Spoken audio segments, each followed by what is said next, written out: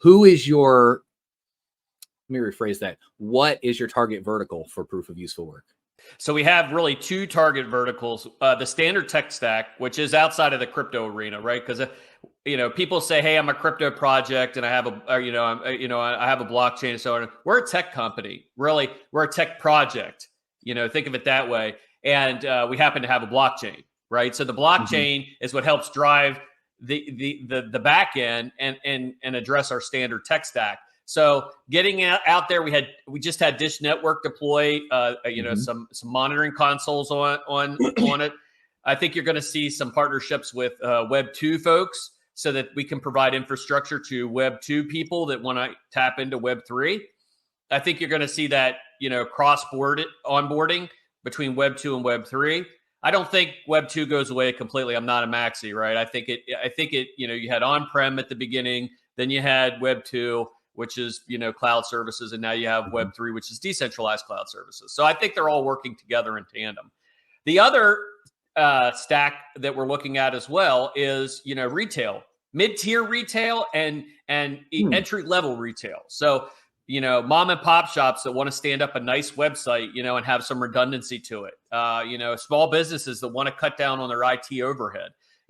Flux is a fraction of what AWS or Microsoft Azure is. So, and maybe mid-tier companies who are already using Web 2 infrastructure, but they want to start expanding their footprint into Web 3, but they don't know how. So proof of use work really opens that door up as well. And we actually, if you want to look at it that way, we have our emerging technology sector. So really three tiers when you come back to it. Because our emerging technology, edge compute, AI, rendering, so on and so forth, that's going to be drawn in immediately. And I think that compute resource will be sucked up almost right away. Yeah, I agree. So will the proof of useful work workloads be distributed in regions, kind of like Azure availability zones? Yeah, you have to. And that's why geolocations was so important for us to deploy on Flux. So we did that better part of a year ago.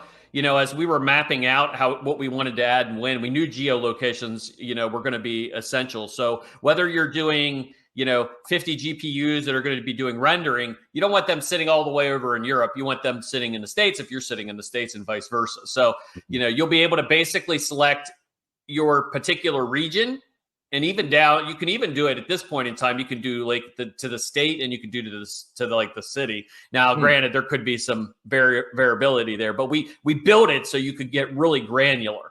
And then, you can also just say, put it wherever. I don't give a crap. Whatever's cheapest, that's where I want to go. And then it's going to deploy it across the world. So, 100%, we need to make sure that, some of these, especially with edge compute and with AI rendering pieces, big files, long render times, we need to make sure that they're the most logically located in the particular areas. So that just makes sense.